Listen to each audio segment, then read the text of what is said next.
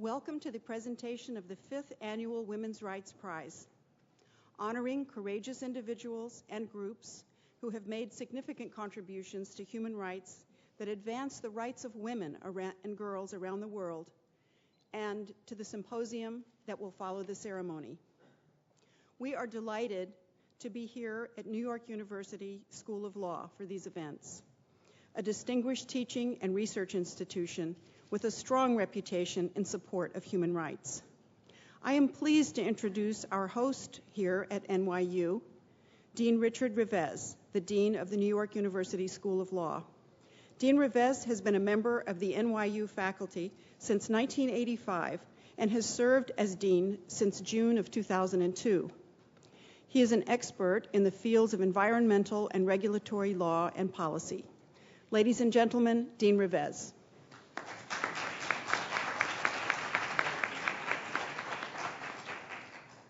Thank you so much and welcome.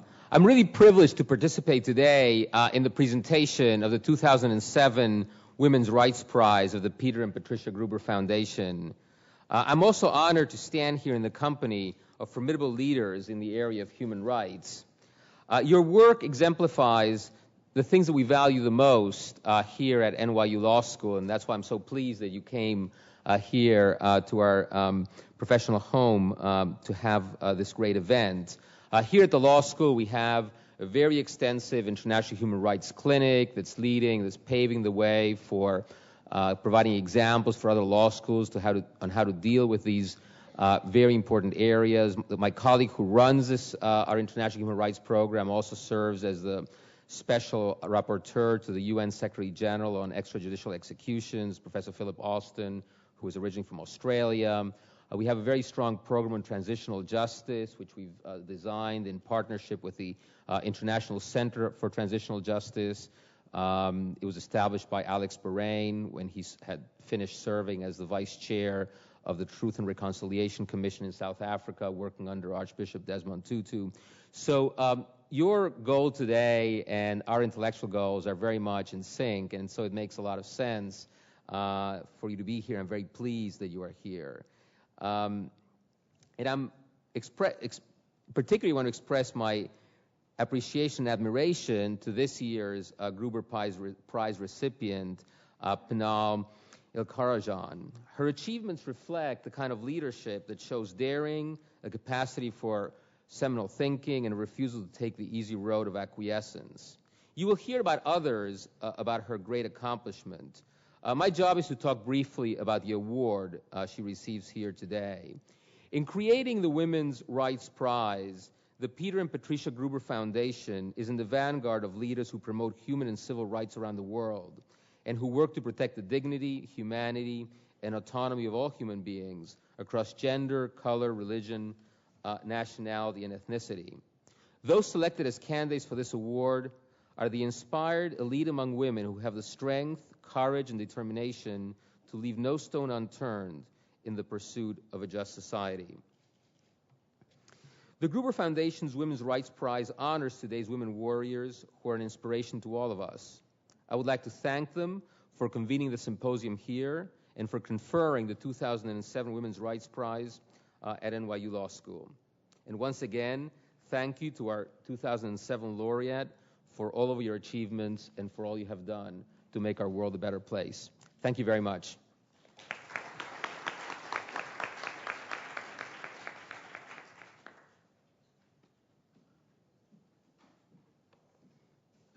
Thank you, Dean Rivez. We are privileged to be among many distinguished guests today.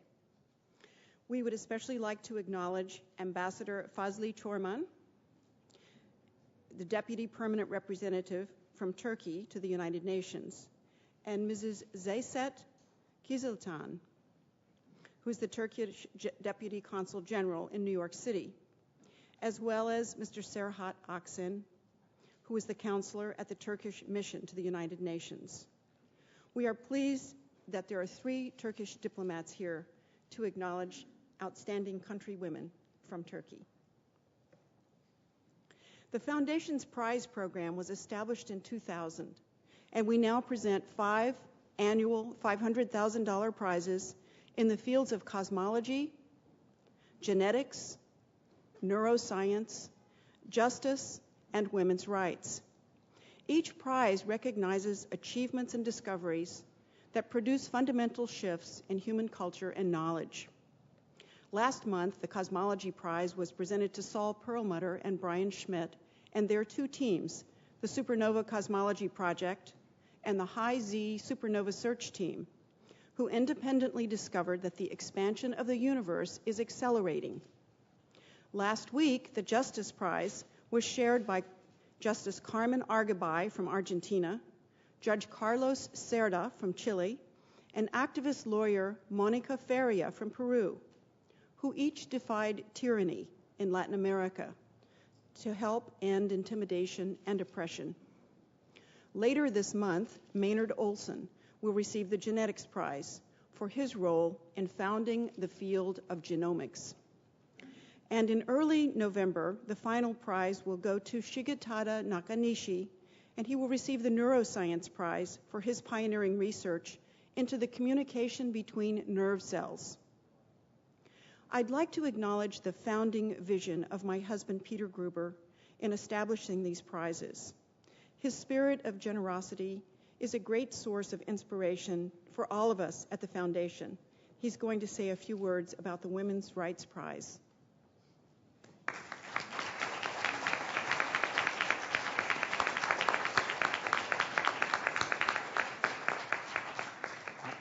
I have to improvise because I haven't prepared anything. So you want me to talk about the Women's Rights Prize. Well, without women, we wouldn't be here. It's that simple. And they deserve a prize for putting up with us. So let me just say that I've been very fortunate in my selection of Patricia. And she's done a wonderful job, and I'm really just funding it, but it's something that without her inspiration and without her contribution, it wouldn't be what it is today. And it's growing, and it's something that is becoming accepted, and it's very important for men to understand the importance of women. And I think that they do understand, but at a very basic level, unfortunately. But having said that, I want to say that I'm very grateful to first of all, to Patricia. She's taken a thing to this like she was a professional all her life. And so it's really it's fantastic. But I want to thank you, and that's all I have to say. Thank you so much.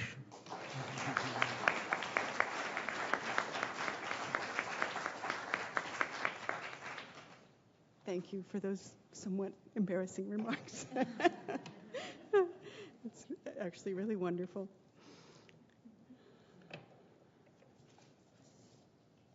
We award the Women's Rights Prize annually to honor courageous efforts from anywhere in the world to promote women's rights. Most recently, our awardees were last year Unión Nacional de Mujeres Guatemaltecas, Judge Cecilia Medina Quiroga, and Sweatshop Watch. Before that, the Women's League of Burma and the Shan Women's Action Network. Professor Sakina Yakubi and the Afghan Institute of Learning, and our very first prize went to Judge Navanitham Pillay and Pro-Fam Twese Hamwe. We are fortunate today to have two of our previous laureates with us, Professor Sakina Yakubi and Navi Pillay. Judge Pillay is here with us in the front row, and you will hear from them later. Now to the presentation of the 2007 prize. A distinguished panel of international advisors has guided the selection of this year's laureates. Its members are Linda Bash, Bernice Donald, Cecilia Medina Quiroga, Navanithan Pillai, Kavita Ramdas, Peter Rosenblum, and Zainab Salbi. My husband Peter and I deeply appreciate the knowledge, the dedication, and the seriousness that these advisors bring to the judging process. And now what we've been waiting for is the recipient of the 2007 Gruber Women's Rights Prize, Pinar Ilkkaracan, and the two organizations she helped found, Women for Women's Human Rights, New Ways, and the Coalition for Sexual and Bodily Rights in Muslim Societies. Before I ask our recipient to step forward, I'd like to invite some members of the advisory board to speak briefly about the tremendous accomplishments of Pinar Ilkkaracan and her organizations. Judge Navi Pillai, a member of the International Criminal Court, has served as the chair of the Women's Rights Advisory Board. She is also a former prize laureate herself, sharing the prize in its inaugural year for her work as a judge on the International Criminal Tribunal for Rwanda. Navi?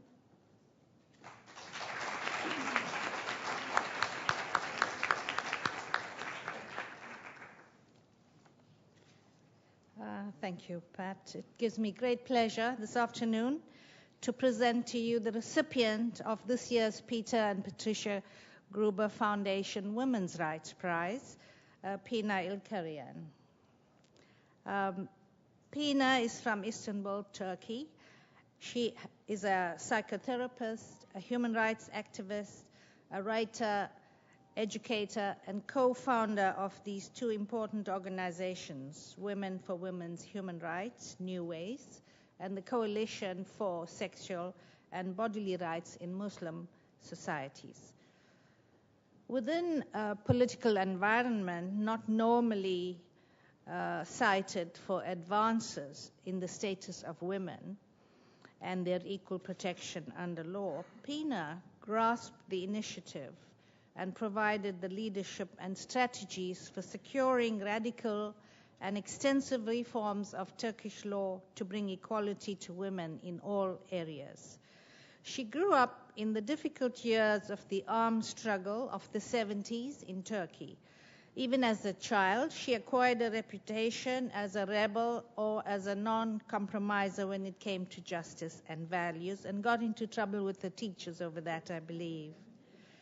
She witnessed shootings of activists on her way to school, and she and her family were directly affected by pressure from the state and military authorities.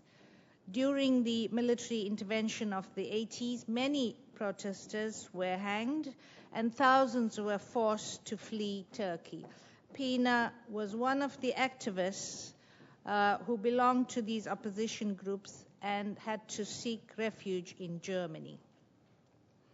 However, Pinar became painfully aware that all around her, ideas of liberation did not include equality for women, not only in the wider society, but also within the progressive leftist organizations within which she worked, as well as within her own much caring family. Patterns of patriarchy were strong, and she observed that social customs and norms that discriminated against women, that oppressed their freedoms, especially around issues of sexuality and leadership, were tolerated and were not challenged. Pinar worked for many years in domestic violence shelters in Berlin and Turkey, and listening to the voices of thousands of women from many nationalities who came to these shelters brought home to her that violence against women is widespread and has global similarities across cultures, across countries, income, and educational levels. From her experience and her research, she gained deep insight into gender discrimination and inequality suffered by women all over the world. In early 1990, with the first sign of democracy reaching Turkey, Pinar returned with her family from Germany to play a role in developments in her country. She felt that it was her duty to do so. Now, in those times, in 1994, there was not a single women's organization outside the cities of Istanbul, Ankara, and Izmir. Pinar threw her energies into facilitating women's groups throughout Turkey. She and the Women's Rights for Human Rights set about building a peace network in the Kurdish region, which is in the southeastern Turkey. It was hazardous work, and Pinar faced the threat of imprisonment of 3 years for her work there. In addition to initiating the Coalition for Sexual and Bodily Rights, Women for Women's Human Rights has, since its inception, led major legal reforms on gender equality, the widest and most sustainable human rights education program for women, and she spearheaded the rise of autonomous women's NGOs in the most disadvantaged parts of Turkey. The work of Pinar and WWHR has brought about significant tangible improvement in the day-to-day treatment of women under Turkish law. The domestic violence law now provides for protection orders for women victims of spousal abuse, whereas previously there were no remedies apart from the women being forced to leave the abusive home. Until the passage of the Civil Code reforms of 2001, men held the status of heads of the family. They held the sole authority to make decisions for the family. Today, the law recognizes women as equal partners in marriage. In 2004, Pinar led the struggle to change the penal code to protect women's sexual and bodily autonomy, including the criminalization of marital rape and sexual harassment in the workplace.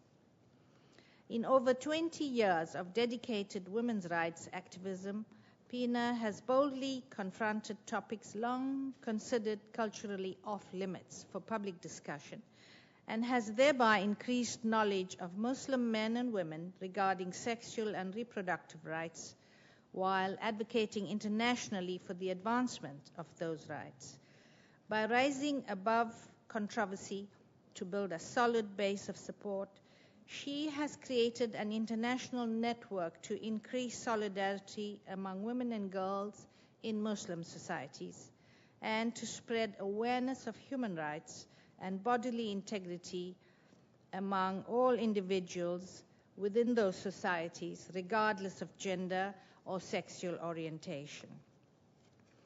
Pinar is the editor of Women and Sexuality in Muslim Society, and I see your new book is out, Pinar. I saw it in the front there, Sexuality in the Middle East, Contemporary Issues and Discourses, a collection of articles submitted by men and women from throughout the Muslim world. In 1998, she co-authored Human Rights Training Manual, which is being used in community centers across Turkey to increase women's knowledge and understanding of a whole range of individual rights, including sexual and reproductive rights. She continues to be a leading advocate of women's human rights internationally. The Peter and Patricia Gruber Foundation Women's Rights Prize is presented to an individual or group that has made significant contributions, often at great personal or professional risk, to furthering the rights of women and girls in any area and to advancing public awareness of the need for gender equality to achieve a just world. The selection panel on which I sit as chair determined that Pinar Ilkkaracan amply fulfilled all these criteria and is most worthy of the prize. So on behalf of the panel, I congratulate Pinar warmly for this richly deserved award. Before I leave, I'd like to call Dr. Linda Bash, my colleague on the panel. Linda is the president of the National Council for Research on Women, and she will speak about the two remarkable organizations that will share the prize with Pinar Ilkkaracan. Thank you.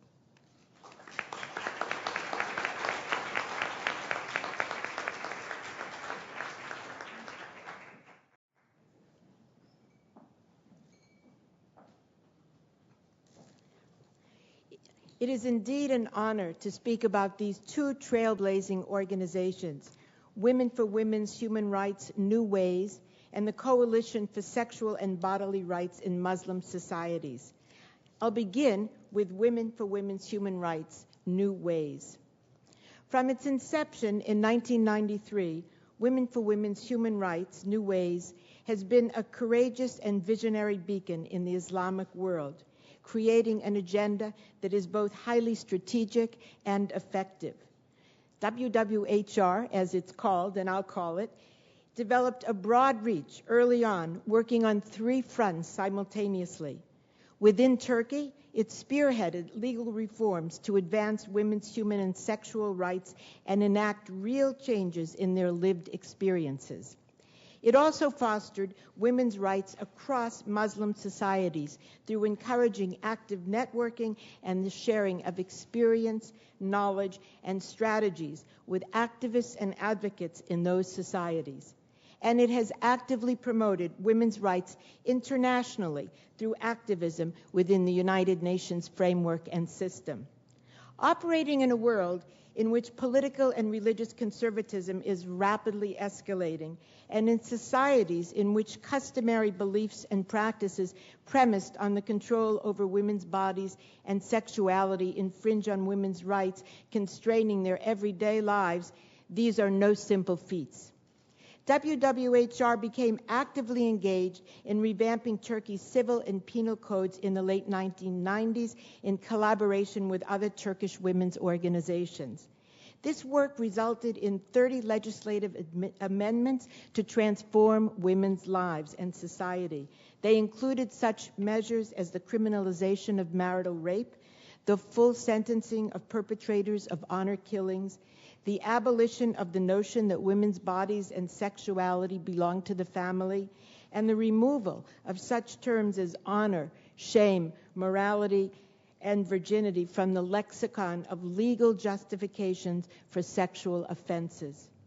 But WWHR also realized that legislative actions alone would not suffice. Its researchers conducted extensive field studies among urban and rural poor women, in which they found that despite the changes in legal codes, forced marriages, marital rape, victimization through honor killings were still too pervasive.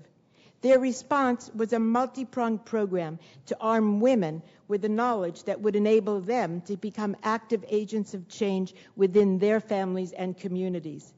Particularly significant is the education program for Turkish women that the organization creatively spearheaded in collaboration with the Turkish government. WWHR trained social workers employed in government-sponsored community centers throughout Turkey, which has reached 36 provinces and 4,500 women to date in a comprehensive program that draws connections between women's sexual and bodily rights, their civil and economic rights, and their right to be protected from violence, and that emphasizes the importance of women's political participation and organizing to all these efforts. Since 1999, WWHR has taken on another bold initiative, actively supporting and building a network of NGOs, activists, and researchers across Islamic societies that has grown into the Coalition on Sexual and Bodily Rights in Muslim Societies, our second organizational prize winner, or CSBR as it's called, encompassing 60 non-governmental organizations that span 14 countries. CSBR's aims are to build solidarity, critical thought, and advocacy strategies among sexual reproductive health and rights scholars and activists, and to enable them collectively to show that extreme traditional practices leading to the suppression and control of women are actually counter to Islam. CSBR has been courageous in undertaking its work in countries where public discussion about sexuality is taboo or illegal. Its recent conference organized in Tunisia, the first ever sexual rights conference held in that country, in which severe state-imposed constraints have restricted NGO meetings over the past 3 years, is an example of the network's determination and potential for bringing issues of sexuality and sexual rights onto public agendas. Both the Coalition for Sexual and Bodily Rights in Muslim Societies and Women for Women Human Rights New Ways are important vehicles for creating vital dialogue within the Islamic world around sexuality and human rights. They also are a strategic force for making visible to the global community the rights-based research and efforts of scholars and activists within Islamic societies. Over the past several decades, we have seen the myriad ways that active discrimination against women and public disregard for women's sexual and bodily rights breed all kinds of violence. In societies where women are without human rights, their bodies have increasingly become the battlegrounds on which struggles for control over resources and power are waged. We need brave organizations led by brave women to challenge the norms and practices within their own societies that condone this behavior and the ideologies that support these actions. Women for Women's Human Rights New Ways and the Coalition for Sexual and Bodily Rights in Muslim Societies are those brave organizations. We are proud to join today in acknowledging, celebrating, and thanking both organizations for their remarkable work and for inspiring us all.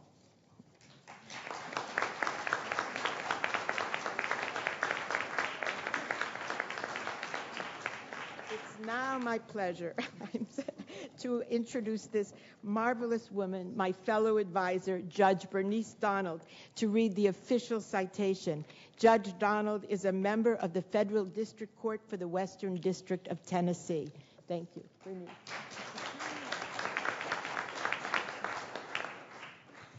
Thank you, Dr. Bosch, and good afternoon. What an honor it is to be here this afternoon for the presentation of the 2007 Peter and Patricia Gruber Women's Rights Prize. I cannot express fully what an honor it is to serve on this committee and be a part of this phenomenal event. Peter Gruber has often said that women's rights are human rights, and that is true. What we do here today in acknowledging and celebrating this year's prize recipient represents an incredible opportunity and effort to provide and produce incremental change around the world. And to paraphrase Abraham Lincoln, the world may little note nor long remember what we do here today, but the world will forever be changed by the 2007 Women's Rights Prize recipient as the other recipients of the Peter and Patricia Gruber Award. I view this as an organism that is injected into the collective body to continue and to spur on the change that our world so desperately needs. And I say again, thank you, Peter and Patricia Gruber, for caring enough to celebrate, acknowledge, and encourage these incredible people around the world. Thank you.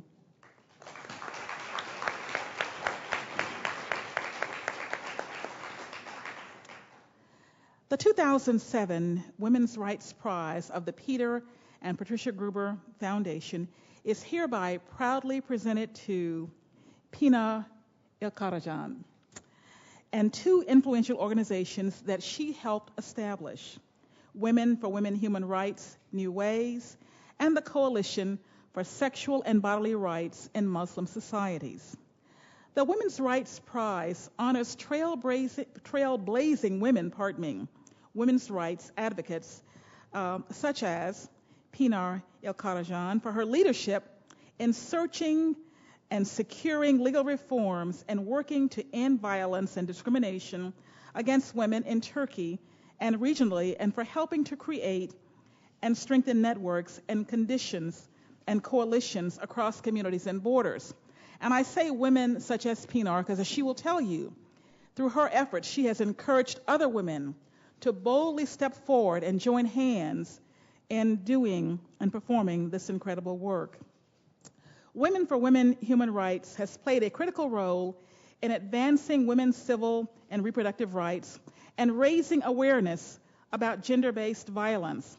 The Coalition for Sexual and Bodily Rights in Muslim Societies has helped shatter myths across customs and religious practices and has united women's rights advocates from 14 countries in a sustained effort to protect women and girls. And you have just heard the wording of the citation that will be presented to Pinar on behalf of the organizations that she has founded. At this time, Pinar Ilkkaracan, please come forward to receive the 2007 Women's Rights Prize, and it will be presented by the founders, Peter and Patricia Gruber. Please join me in acknowledging and celebrating this event.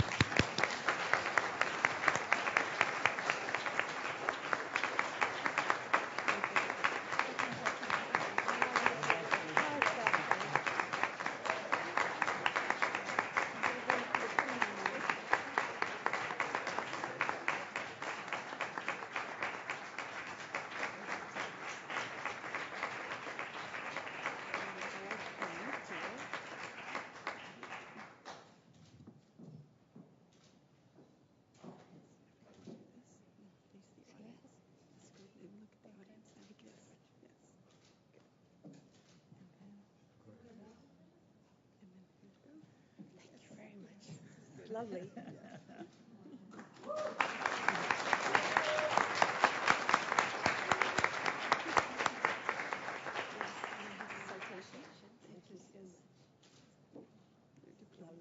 Thank you.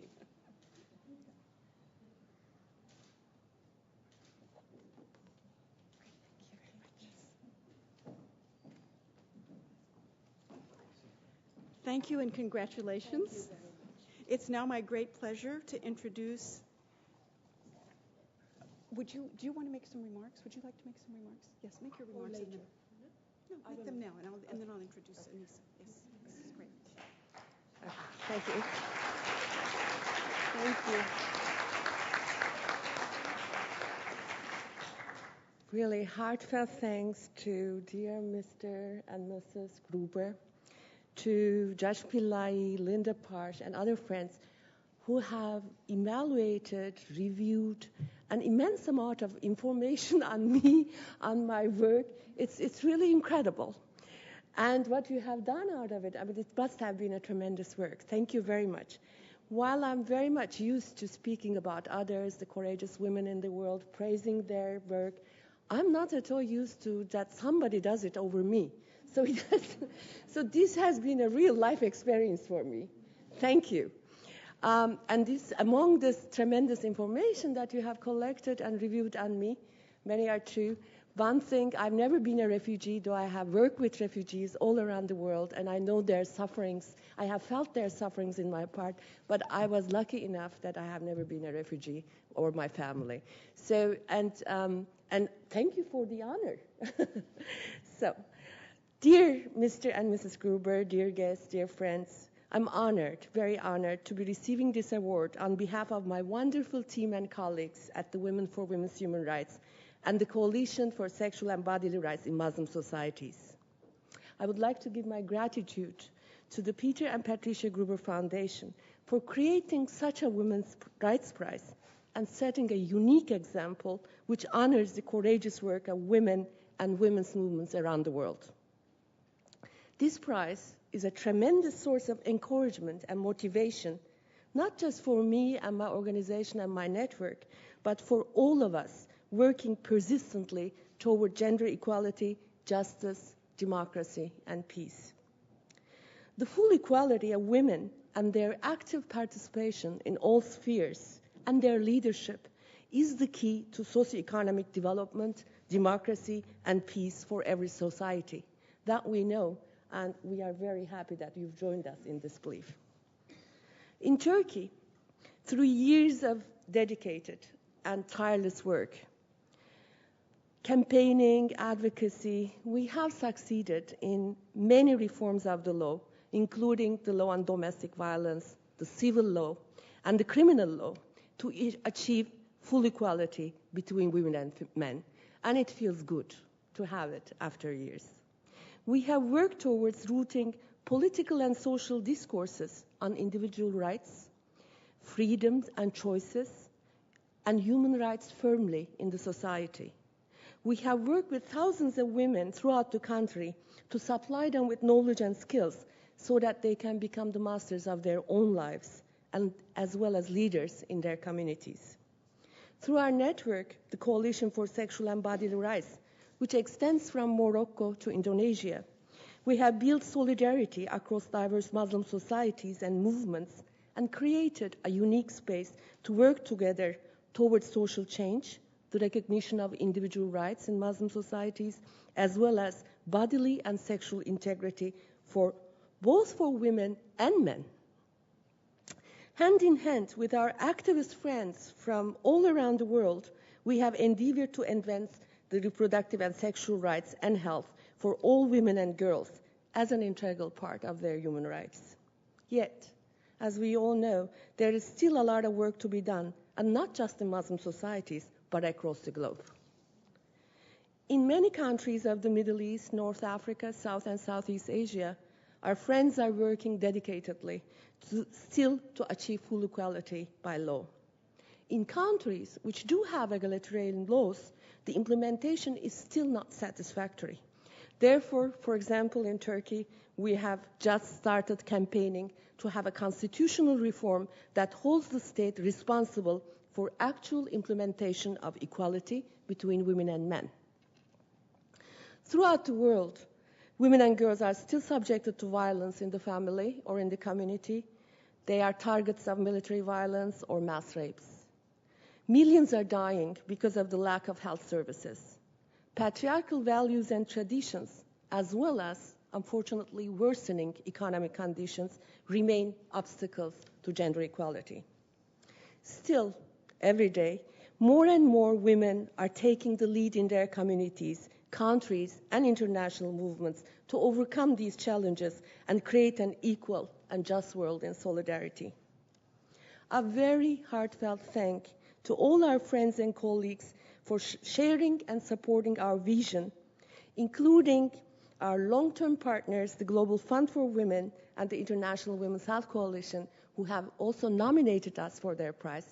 I hope there are more in this community who have nominated us for the prize, and I will learn about it later. But excuse me if there are more and I don't know about them at the moment, as well as our long-term partner, the Ford Foundation. Your solidarity and encouragement throughout the years has been invaluable.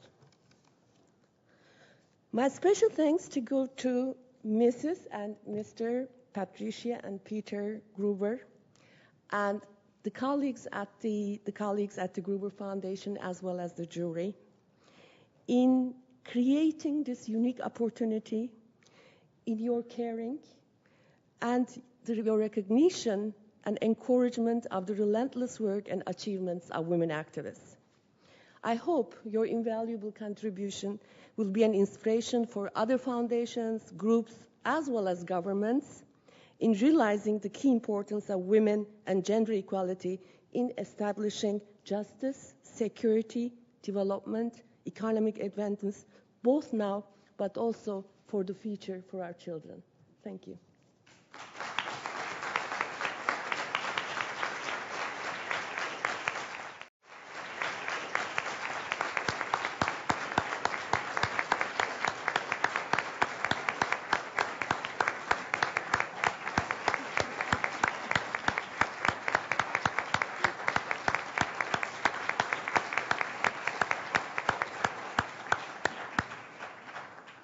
Thank you for your tremendously inspiring work and that of your two organizations.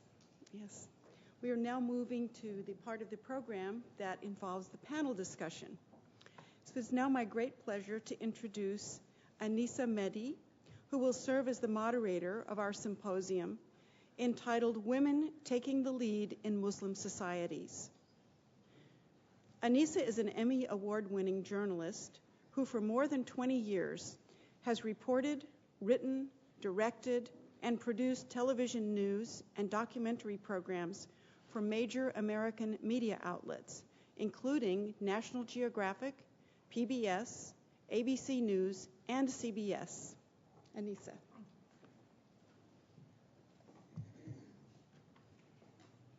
Thank you, Pat. And good afternoon, everyone. I'm sure you're as eager as I am to get into the content of this panel, Women Taking the Lead in Muslim Societies. Certainly that notion is not a common conversation in our media, nor a part of American conventional wisdom. I am very proud of the Gruber Foundation for navigating into this underappreciated current. And I'm grateful to you, Pat and Peter, for giving me the chance to steer our conversation for a little while here today. After I introduce each of our panelists, we're going to get right into the discussion. Your questions can be included in our conversation if you fill them out on the index cards that were available as you came into the room. There will be people collecting those cards, and we'll be happy to include your questions as we go through our panel conversation in the next hour. So without further delay, you all now know Pinar, our recipient. Congratulations again. Let me introduce to you, on your far right is Daisy Khan. Daisy is the executive director of the American Society for Muslim Advancement, which is also known as the ASMA Society. ASMA is a nonprofit organization geared toward building bridges between American Muslims and the greater American society at large. Interestingly, ASMA is also working on building bridges among Muslims themselves. And certainly from news reports, we see there's a lot of work to be done in that area. Last year, Ms. Khan launched 2 cutting-edge intra-faith programs, one called MLT, Muslim Leaders of Tomorrow, and the other called WISE, the Women's Islamic Initiative in Spirituality and Equity. And that was last November here in New York City. I was proud to attend that meeting. Now, Daisy Khan is an example of a Muslim woman taking the lead in a non-Muslim society here in the United States. And I'm proud to say that I helped move Ms. Khan into the mainstream by featuring her in my National Geographic documentary, Inside Mecca. Daisy Khan was born in Kashmir. Next to Daisy, we have Sakina Yakubi, who is the founder of the Afghan Institute of Learning, or AIL. AIL is one of the largest women-led non-governmental organizations in Afghanistan. Professor Yakubi has worked extensively with Afghan refugees who are living in Pakistan. There are about 1.5 million Afghan refugees living in Pakistan. Through her efforts with the International Rescue Committee on the Pakistan border, the number of girls enrolled in school quadrupled within a year. That's an extraordinary statistic, and it signals to me a great hope for not only their future, but for our future. Her website is www.creatinghope.org, and you can learn more about her there. Professor Yakubi was the 2004 recipient of the Gruber Women's Rights Prize. Next, I'd like to introduce to you Zainab Salvi. Zainab is the founder and CEO of Women for Women International, not to be confused with the organization of our recipient today. Ms. Salvi is a native of Iraq, and she grew up under the thumb of Saddam Hussein. My father, too, is from Iraq, Zainab, but he left during the monarchy, so did not experience that particular social aberration. Zainab is the author of a memoir on growing up in Iraq in those days, which is called Between Two Worlds: Escape from Tyranny, Growing Up in the Shadow of Saddam. I would say that we are blessed that Zainab has taken the trials of her childhood and sculpted them into a worldview for women's empowerment that knows no national boundaries. If you're not on her listserv yet, it's a good place to go to be informed, and you should get there. Her website is www.womenforwomen.org. Through participating in Women for Women International, each one of us has the opportunity to help support women around the world to stand up on their own 2 feet. And there are lots of grassroots groups around our country. I know a group in Montclair, New Jersey, meeting tonight who are supporting Zainab's work. She serves on the Gruber Foundation Women's Rights Advisory Board, as you've been told, and I guess that's all of you. We have Pinar. Welcome, all of you. Thank you very much.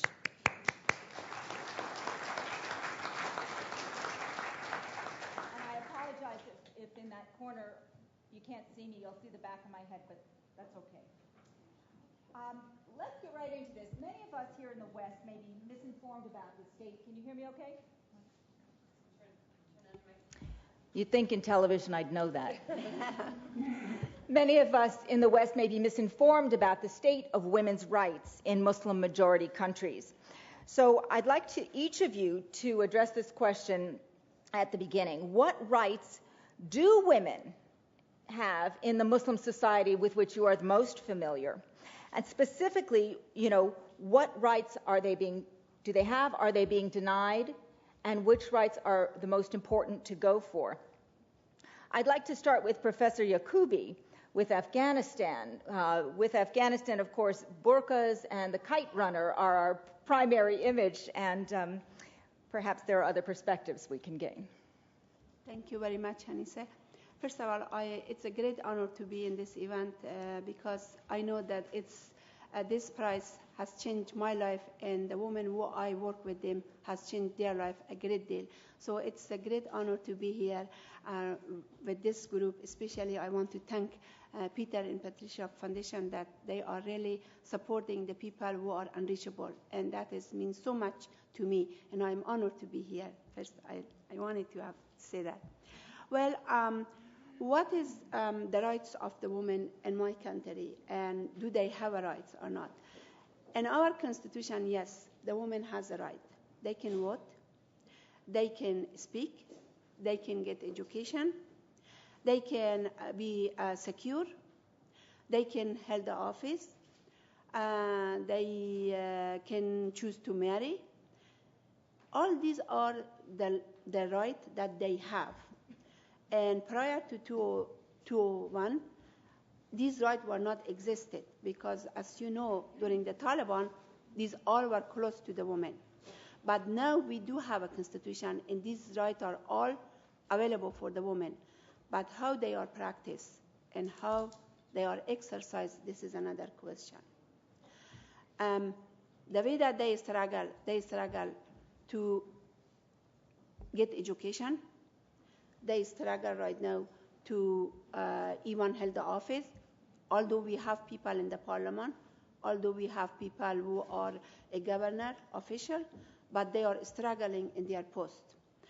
And also we have women who are struggle against violence. Although they are giving the right to be safe and secure, but the violence in Afghanistan day by day is getting worse and worse. And you would say then that the government is generally supportive of these increased rights for women? Well, the government is supporting, but again, how they are exercised, how they are protected, that's another issue. Okay. So we'll get into that, I'm sure. Zainab, can you talk about contemporary Iraq, perhaps? Thank you. And before that, actually, I would, if I may add on one statement on Afghanistan, I think the government is not prioritizing women's rights in Afghanistan, and I think that's the case in many governments, and that's what we need to distinguish between having legal constitutional rights and between really seeing women's rights as a bellwether for the direction of the society. So it becomes a national interest to actually protect women's rights, because when women withdraw back home, everyone suffers, and when women progress, everyone suffers. If I am to talk about Iraq particularly, I usually like to talk about all over the world, but I would say probably women's rights are going downwards big time in Iraq right now. It's a big loss. If we had violence against women during Saddam's time, I always see it as a vertical violence. The state committed violence against women in Iraq, but not everyone else could do that. And right now what we have is a horizontal violence in which everyone can commit violence against women in Iraq. And women in many ways feel more vulnerable than we were beforehand. The lessons learned from Iraq, and really quickly, the interesting point in Iraq is actually religious groups were more interested in the discussion of women than secular groups were, in every single way since the beginning of the invasion. Many women, for example, who run for elections in Iraq first went to the secular groups and asked if they can run under their ballot and under their card, and the secular groups said, no, we're not interested. So they went to the religious groups, and the religious groups welcomed them. Religious groups like Sistani and other groups and other members issued fatwas for women to go and vote independently of their husbands, while the secular groups did not do anything. Now, this is not necessarily out of altruistic motives. Religious groups want the control of women's rights because that's the private sphere. They want the control over family law that regulates issues of marriage, divorce, inheritance, custody, things like that, because it dominates the private sphere, and that's what they want. Secular groups want the free market economy, they want free trade, and they don't necessarily prioritize women's issues as a national issue. And that's what's happening in Iraq, and that's the loss in many ways, I would argue. Altruism and politics rarely go together.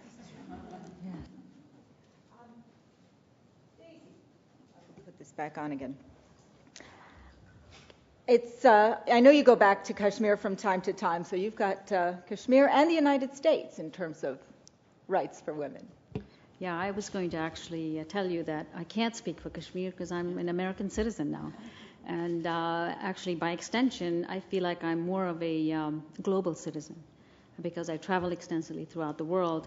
My own trajectory is very simple. I came from a very empowered family. I came from a Muslim family from Kashmir, where the tradition was that every girl and every boy was treated equally, and we have a long tradition of women participating in society. So,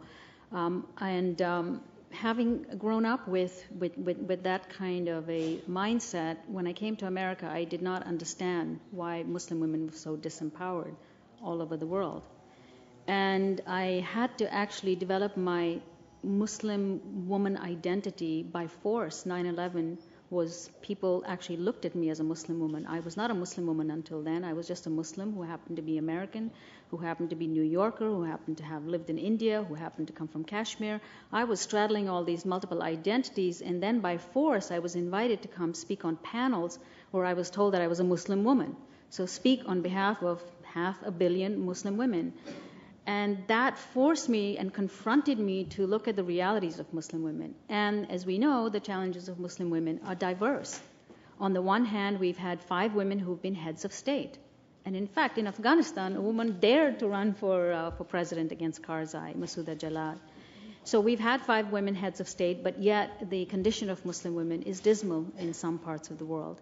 So I had to contend with that, and I realized that actually that there are these stark realities. And I just wanted to share a couple of things with you. There is a gender gap index, which rates about 116 countries around the globe.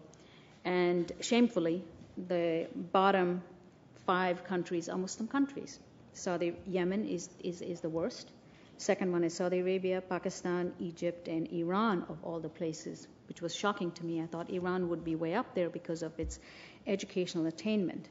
And which country is the best rated amongst Muslim countries? Kazakhstan, Indonesia, Bangladesh, Indonesia and Malaysia, and then Bangladesh. So, but this is based on economic participation, educational attainment, health and survival, and political engagement. So you can see the political engagement in Saudi Arabia drops down, and so brings the women down at the lowest level. Well, in addition to that, I wanted to share something with you which is very close to me because I also represent a Muslim organization. And I'm going to speak from a Quranic point of view, and the Quranic point of view is that women have equal entitlements to their male counterparts. We are considered to be a legal person according to the Quran. We have certain rights. We are considered to be a social person. We engage the family. We are supposed to be citizens of the world. We are supposed to be spiritual beings. We access. We are supposed to be accountable for our good deeds and our bad deeds. And all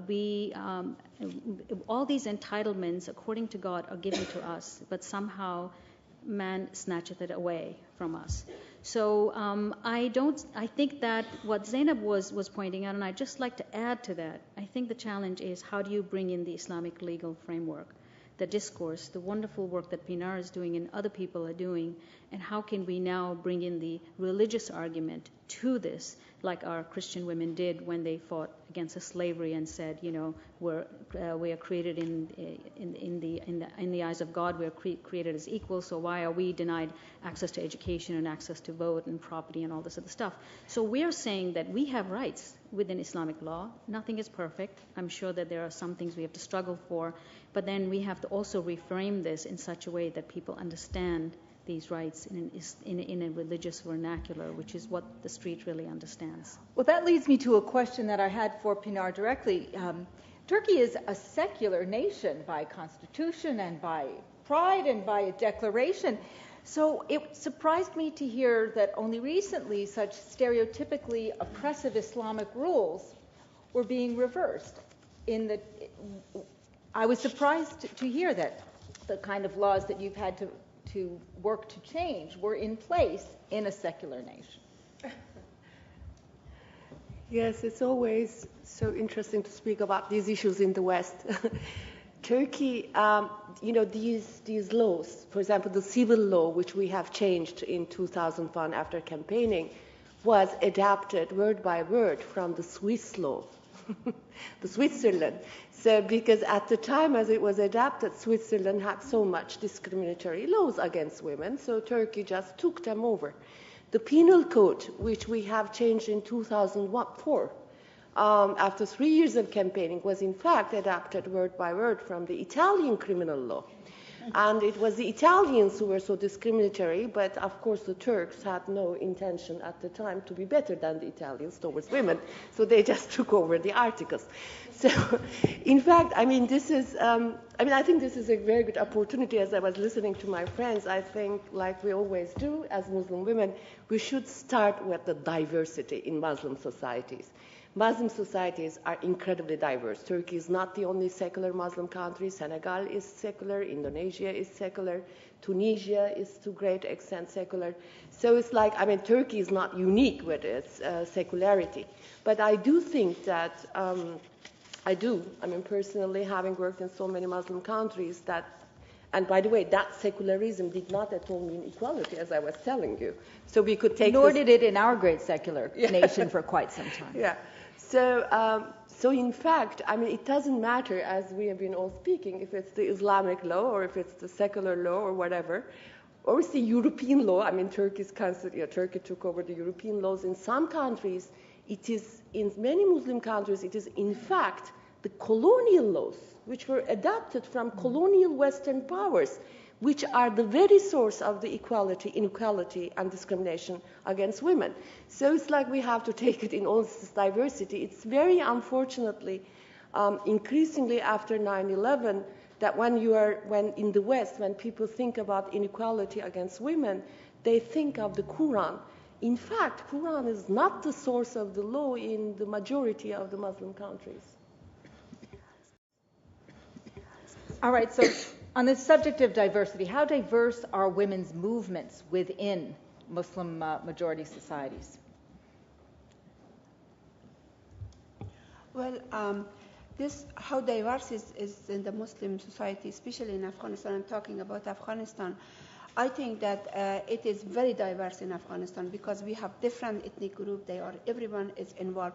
But how strong is this movement in Afghanistan is not at all. This movement, even it was not existed. This movement, and during the time that the Russian invaded Afghanistan, that time we had the one movement that Rawa really politically got involved in that movement, and then it was so much was controlled that disappeared into other country. So the women's movement is how recent, would you say? It's very recent, especially that because the women were living in the refugee in the Pakistan or in Iran, so people got exposed to different kind of situation that they really they were desperate, and so they start really struggling and really finding a solution for it. The movement is very recent, but how is recent is it is with the NGO. Really, if the NGO is not involved, we don't have really a movement in Afghanistan. The NGOs. And NGOs are the one. And what kind of group of people are in the NGOs?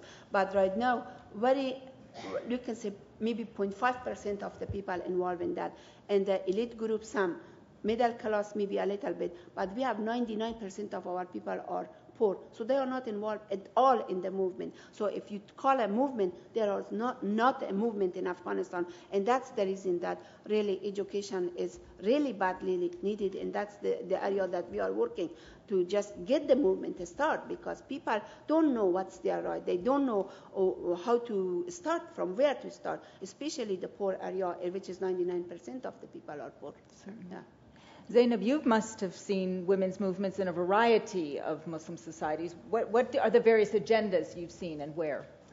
I don't think there's various agendas as much as there are various stages of development. I agree with you, Daisy. I am surprised to hear Iran is one of the top 5, because I always thought of Iranian women's movement as a very impressive and progressive movement in which women try to take the ownership of interpreting Islam and interpreting religious law. And that by itself was actually, in many ways, Iranian women were way ahead of Arab women, for example, in the Islamic interpretation from a woman's perspective. On the other hand, they're in a different stages. Indonesian women are very developed in their own movement, actually, and have lobbied a lot the Indonesian government about how to preserve women's rights within an Islamic framework. And I do want to talk about the issues of framework, because whenever we talk about women's rights, and I am so glad you mentioned what you mentioned, because I completely agree that a lot of it is colonial history as well. There's an obsession with the word Sharia. Mm-hmm. And Sharia is not the Sharia. It's the content that we are discussing in here. It's what's inside the Sharia. It's not the framework. So whether it's secular framework or religious framework, it's not the issue. And we often tend to be very obsessed with the framework of the discussion. Egyptian women, for example, recently have a very interesting movement in Egypt, where they are trying to change women's family law one step at another, from the renegotiation of what is a marriage law in Egypt. Now a woman who gets married in Egypt has multiple choices of all the legal contracts and legal rights that she can negotiate for her marriage. So they are in different stages of development. If I am to talk about to generalize the history of women's movement, contemporary women's movement in the Muslim world, I would say Indonesian women are very one of the primaries, and then Iranian women. And Arab women recently really are catching up, but it's in the last 10 years or decades that the Arab women started to catch up with the women's movement. Would that be right, Daisy? Well, I'm not a specialist in this, but I can tell you that I'm also the wife of an imam, so I get to see the various strands of the Muslim community, because in New York City we have the whole global Muslim community here. And we do have socially conservative women who are hanging on to a certain interpretation. We do have secularists in our community. We do have firebrand feminists who really genuinely believe that feminism is the path towards, freeing ourselves up. Then we have kind of like the human rights arguments, the activists who will use any kind of framework. All of these exist, and all of them exist in the Muslim community. What has happened is, because they're all running on parallel tracks in different countries, kind of bringing them together, they're fragmented. And there is no one Muslim movement that is emerging, because some people, because of the interpretation, some people feel there isn't enough of a religious discourse going on. Others feel this is a human rights discourse which gets linked to the West, and so therefore it's a Western imposition. Who created human rights arguments anyway? This is what I'm always told when I go to countries. Who created them? It was the West. You guys created them and you want to impose them on us. So there's a lot of that kind of discussion going on, and I think that having seen this diversity, and Pinar said we have tremendous diversity, when Anisa Mehdi said I launched this initiative last year, and the first thing I said was everybody's voice has to be included. Everybody. It doesn't matter if the person is absolutely even denying their faith. They have to be in the room because we have to hear from these people. And then the other thing that has been missing largely, and I think which might be really effective, of course it's my idea, so obviously I think it's going to be effective, is really to collapse the space between the grassroots activists and the academics. Western academics are doing incredible new theology work right here in the United States and in the West in general, because they're free. They're free to explore their faith. There's some critical thinking going on, but oftentimes it sits in these wonderful libraries. All these books collect dust. They talk amongst themselves, they present their papers, and I'm saying, why don't you guys take this wonderful stuff that you have in these intellectual dimension, bring it down to the grassroots level, and let's collapse the space. Because only when we have the academics leading the parade for us with some kind of critical thinking and the grassroots buy into it, the activists, the people that are at this level, we can buy and we can pamphletized this information, get it out there into various countries. And that is what, WISE is about. And I'm hoping that that will catch on. I have a question from the floor which ties into that, Daisy. It says, do you have any idea what percentage of women in Muslim countries agree with religious concepts of women, and which percentage rebel against it? How many it's a hard question, so you're answering intuitively here. But I have for example, a friend in Iran who wears a scarf on her head, and she says, I wear my scarf for Islam. And she wears the chador, which is the head-to-toe black cape that Iranian women wear, and she says, and I wear this for Iran. So she had a religious statement and she had a political statement, a national statement, both of which she donned proudly. So any guess how many, the percentage of Muslim women or numbers? I don't have a percentage, but I can tell you a pulse test. Pulse test is Pulse good. test is, oddly enough, the Muslim women are most comfortable Muslim women live in the Muslim women who are most comfortable with using a religious framework are living in the West. This is where I found the most embracing, people saying, oh yeah, because they know their religion. They know they can delve into the books, they can go to the internet, they can research anything, you can Google anything, you can find anything. You have many people that you can go to their academic institutes where you can learn this stuff. And when you go to certain Muslim countries, you kind of get this, first of all, people don't know what their rights are. So they don't even know how to, voice their rights. They are being violated because they don't even have their rights. Masouda Jalal, who was with us, told us that women don't even know how to pray, that because their husbands told them, I'll pray for you, you'll go to paradise with me. So when you don't even have access to spiritual teachings, you're not a full participant, even in your religion, what are you supposed to fight for? You don't even know, And just to give you an example of how this has kind of escalated up to the next level, UNDP, which is the United Nations, I think, UNFPA, it just was trying to also bring in the religious voices into this issue of population health. And they got the most pushback, they said, from their network in Asia and the Middle East. We don't want to touch religion. We don't want to talk about it. You guys are wasting our time. Religion has been, a source of angst for us, and they're partnering with us because we're using a religious discourse, and because we in the West are comfortable and free to use the religious framework. I don't know if I answered that question, but it's the only way I know how. Anyone else have pulse on that, Zainab? Well, I want to add to your question. It's very interesting what you said in here, because I think there was, if I'm talking about the Arab world, there was a women's movement. It was a socialist women's movement in the 60s. And these women are don't want to talk about religion. And I completely understand that the switch has happened in the 90s, when the reality in the Middle East is that the street is winning, and the street is a religious street. It's not a secular street anymore. It used to be a secular street in the 60s. And a lot of the women activists who express them, from Nawal Saadawi to different women activists who were so anti-religion, and I don't know about Nawal Saadawi, but as much as other women who are saying, we've got to learn the Quran, and we've got to learn the religion, and most importantly, we've got to claim it. Because when I'm arguing with this religious person and he's quoting things that I don't know how to quote back, I'm losing the argument. And that's the shift in the women's movement, I would say. There was always a women's movement. It just was a secular feminist one, and now it's going more, let's argue for women's rights within a religious framework. And I would say now, prejudice, I think all of us have the same issues, which is you, as someone expressed about you.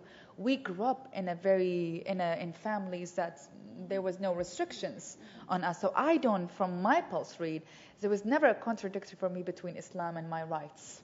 I've always seen it as a problem of interpretation and a problem of ignorance, but I've never seen religion itself as the problem itself.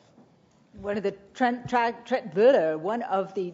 trends that I see is women around the world, Muslim women, are using, as you've said, all of you, using their religion and the Quran itself to be a backup for their demand for rights. It says here in this book, and the more they know their rights in the book, they can argue more convincingly. If I may say, I agree that the religious in Afghanistan, right, people don't know what is their right or what is they are can exercise. But the one thing that through working as an NGO and working with the different community and working with community leader and trying to involve people in the community in the grassroots level, the women, once they get to know their rights and they understand that this rights is their rights, and it says in Quran, you are surprised to see how many people come and they want to study. And I give you the best statistic. Once we first put the women's right workshop in refugee camp, and that was we provided in the city of Peshawar, and the news went like this, like a fireball, and went everywhere.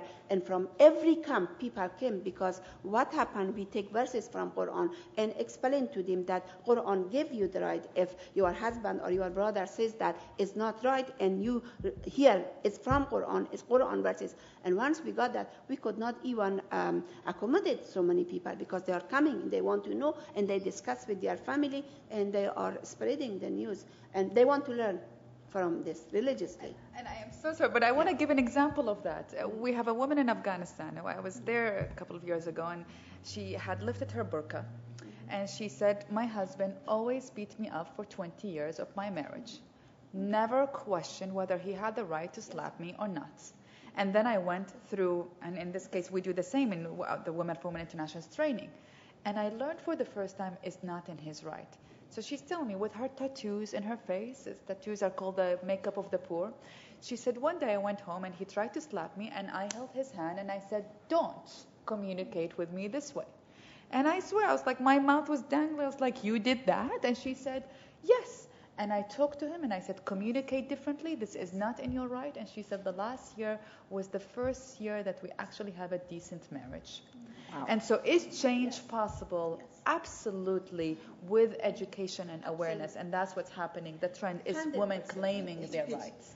Just give it. Yes, and I want to move on to another area, which I think you'll be the first one to respond to, which is, given the collapsing of the expansion and collapsing of communication technologies, and the influence and the fast and speedy influence of West on East and the response of the East, and the tension now between us all. Question from the floor: how are multinational corporations influencing changes to the position of women? How is this cross-cultural, cross-civilizational communication making a difference in terms of women's rights, on beyond it's you telling us and you're imposing it on us? You're from the crossroads of East and West. I mean, I think I will tie this question to the first one. I think there is only one women's movement. I mean, because if you believe in gender equality and you have an analysis of why this gender equality is happening, then we are all in solidarity. I mean, it is, I mean, the people in the movement might be diverse, from west, from east, in the globe, you know, at the global level. At the national level, old women, young women, women with headscarf, without headscarf, religious, secular, whatever. So the people might be diverse, but I think both at the national level, in Muslim societies, and globally, the analysis is common. Our analysis is common, and I think there's a global movement, and we are all parts of that. So the East and West, I mean, this is, I think this is what is happening. And the more we encounter each other, yes, the communication has increased. I think internet has created wonders in that. But I must also say that the internet is only in the past decade. I have been working, not only me, some friends here, for example, the co-founder of WWHR. We've been working with the international movement at a time when there was no internet. I remember running to the post office with my faxes as the fax came out, or before that, letters. We collected information on domestic violence in the world through letters. I'll never forget that one of the letters from Venezuela came in 6 weeks, and we were waiting. So it's like, I think women are so imaginative. But I think this communication is really helping us, and maybe, I hope, accelerating our struggle. Thank you. What about influence of multinational companies, too? Is that having any impact? Supporting work, detracting from efforts? I mean, I don't know about multinational companies. I can tell you about multilateral agencies, from the UN to different governments, and it's not necessarily positive. And I would say not because the intention is wrong, but because there's a set of assumptions that they come with. And then they respond with the realities, with these sets of assumptions more than the reality. So I have two examples. One is Kosovo. Now, Kosovo is predominantly a Muslim region. It's not a country yet. And it's a very traditional region, actually. Women for Women works in so many different countries. And where we get the most resistance is not Afghanistan, it's Kosovo, because it's such a traditional society, and they survived on an underground society for many years under Yugoslavia. And in war, gender dynamics switch. Women have to leave the house and have to take more active space in the public sphere. So actually, war gives opportunity for women to renegotiate women's rights. The first thing that a lot of the agencies of the UN, not all of the agencies of the UN, all designed programs to keep women inside the house and not to keep them outside the house. And we were saying, why are you doing this? They already left. There was a mainstream acceptance of women leaving. Why are you returning them back? They said, no, it's their culture. And it's the same thing in Iraq. Now, the first thing in Iraq, right after the recent U.S. invasion of Iraq, a lot of Iraqi women said, now we're going to get equality much more than we've ever had before. And Iraqi women had a good deal, mind you. I mean, we're one of the most progressive women in the Arab world, you know. But that we're now going to participate fully in the government, all of that. The U.S. government came, and out of 25 ministers that were assigned under the coalition authority, only 1 were women. And out of 25 of the presidential council that they assigned by the American authority, only 2 were women, and the women were not allowed to get presidential rotation as the men were. And that was U.S.? That's the U.S. government. And of all the delegations that were sent for U.S. To represent the U.S. in Iraq, only 1 gender advisor, who also was responsible for all civil society in Iraq. So Iraqi women in this case are like, we don't understand. This is the U.S. We're supposed to get much more than we had before.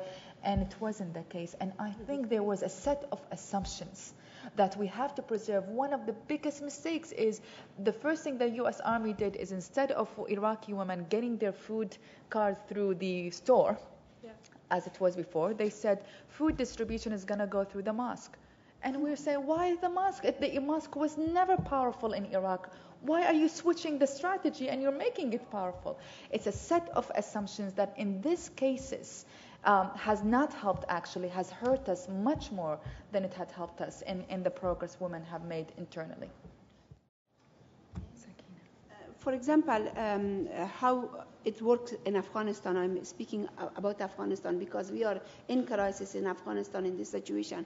For example, when they come, instead of they develop a program outside and bring the women outside their houses, which they have been a farmer, they have been farming, they have been outside. Now they said, well, you just stay inside your own house, and we don't want 4 or 5 classes. Just one class, 5 people is enough, and you just stay there because you will be safer. And so we are fighting that if a national organization is doing that because they don't have the funding, but you are international, you're supposed to set a center and bring many people into it. From why you are doing that? And they are saying that, well, no, this is safer. That is the best way. It's like a very small community they are working. They don't want like sort of the woman advancement. They are just saying like literacy is enough, or just from 1st grade to 6th grade is enough. That's they are setting up program like that. And we want program, advanced program. We want more women come to the center, be larger center, not in their house, be outside if we could afford it. But if we could not afford it, then yes, we can settle with the house. These are the things that is really troubling me, that they are coming, instead of advancing women, they are taking them backward, and that's my problem. And that's not on CNN or Fox, ladies and gentlemen, but it's essential that we know that, particularly as American citizens. And we wouldn't be hearing that if it weren't for the panel that you two have set up, and Mary Gregg and the team here at Gruber. I want to put out a final question to each of you. And this is forward-looking. This is looking to our future. And perhaps you have some anecdotes to share with us about it as well. Are there many young women, younger women, eager to take on their own positions of leadership in the field? Seeding. You have been out there in the field, on location around the world, seeding, planting, watering, fertilizing. And what advice would you give to them, those young women who are taking up this cause and this mission, this vision that you've all exemplified in your lives? I would like to take part in this first because I am mainly working with young women, especially in the area of school.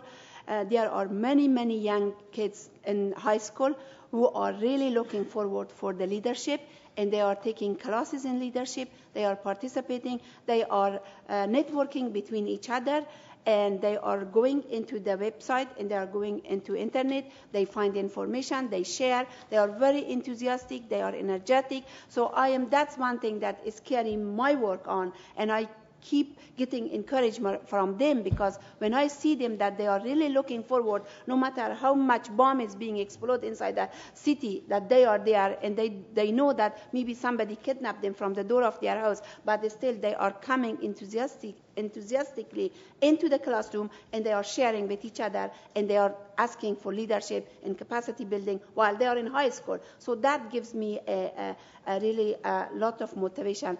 And their role model is that, I don't say me, but people like me, like people who are the head of organization, when they see in the internet, they see a young woman is getting award, doing this kind of work. So that is their encouragement, a role model. So we need to create more and more role model for them that they can follow. And that's my advice for them to, yes, follow this role model and see where you get. Thank you. Daisy, what would you advise the next generation? Actually, before I do that, I just wanted to answer the previous question very briefly, and that was that if you want to look at what's happening in a society, in traditional societies, you have to look at the matrimonial ads. The matrimonial ads many years ago in India used to read seeking bride, 25, fair skin, the whole description, good family, Brahmin, Hindu, Muslim, Shia, Sunni, whatever the mix was. And I heard recently that there was a ad that said, looking for a woman with a multinational job. So, and the balance has tipped. Multinationals are luring a lot of women into, job seeking, and these women are big breadwinners. And that really is shifting traditional, the way societal values. It's also creating some stresses. Divorces are on the rise, so This is an anthropologist's dream. I think somebody should really analyze this one because it does have benefits, but it also comes with some setbacks. But going back to what would I say to young women, I think that they are our hope. And I want to just read something to you that actually happened at our conference. There was a woman named Mukhtar Amai, who many of you know. She was the gang rape victim whom we invited from Pakistan. And in her words, this is what she told us, talking about Sakina saying, find role models. She's an illiterate victim of gang rape, which was publicly carried out by order of her local village council. She has dedicated her life to pushing for the advancement of women and children in her local community, which she has refused to leave even after continuous threats for speaking out and continuous funding availabilities right here in the United States. And she has since mobilized resources to build a school for girls, a school for boys, a health clinic, a police station, a women's crisis center. She's bought an ambulance and is now in the process of constructing the first high school in her community. And she told us, while all of us were in tears, she said, our only hope for fight is justice. End oppression with education. To remain ignorant is a crime. To remain apathetic is a crime. To remain silent about a crime is a crime. So this is the advice I have for young women. Thank you, Daisy. Let's hear from Zainab next, and Pinar will have our final advice to the next generation. Well, I usually would consider myself a young woman, normally, but apparently in here I'm not. But well, you are, but there are still younger ones. I'm joking. Yes, absolutely. I was thinking about that, and there are obviously lots of hope, and there's a lot of women who are doing a lot of work. But I was really thinking about your question, and I'm thinking about Iraq. And it's so courageous for women to continue to keep on going in Iraq every day. We Women for Women works with about 1,500 Iraqi women and have a staff of mostly women, about 40. And every week I call them and say, maybe we should close the office. And they say, no, this is our resistance to what is happening. The insurgents want to make our lives miserable, and they're throwing money at women as if it's nothing. And we need to stay, and we need to service, and we need to give women economic options and political awareness so they do not go to the insurgents and the fundamentalists. And they are mostly young women, these staff. And it's mostly young women that we are serving who are refusing to give up. So as I say it, I'm also emotional about it because it is not easy what they are doing. It's much easier to give up, actually. And we have to, my advice is not for them because they are resisting. My advice is for us, is to keep on helping them and helping them in a smart way, not to take over their voice, but to give them that space and that venue and the resources to express their voice loud and clear. They are doing it, but they need help to keep on going. Yeah, as we founded WWHR, me, Leila, who's in the audience, and Karin, who joined us very shortly, we were barely over 30. So I think we were considered young at the time, so it's been so many years. But at the moment, I'm proud to say that 60% of WWHR is under 30. So it has happened very organically. Some of us got older, but we were getting people from new generations, so we have all the generations in our group. I think for us, it hasn't been a special challenge. I think it's just organic, because if you're not working over generations, it's just not possible to affect social change. And I think it's like we're inspired by their energy, and I think they're inspired by our experience, and it's a wonderful complementary thing.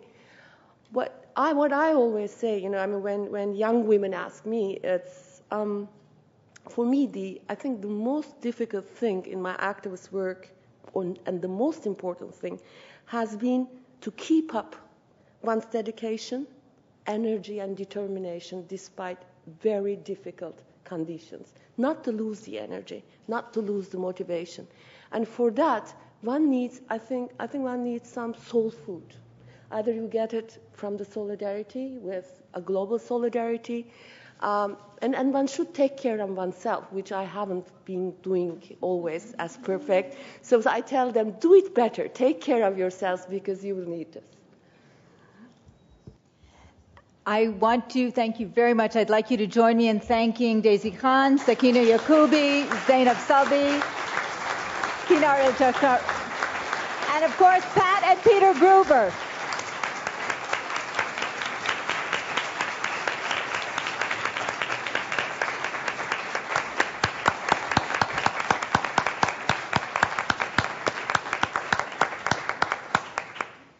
Thank you for this inspiring panel discussion. Thank you, Anisa, all of the panelists, Dean Rivez, Pinar, and all of our advisors who are here with us today, including some foundation advisors, Neil Pryor, all the way from St. Thomas. And thank you, ladies and gentlemen, for coming and attending. Dan McSwiggan, I'm sorry I left you out, Dan. But thank you for coming today. And please join us for reception. Thank you.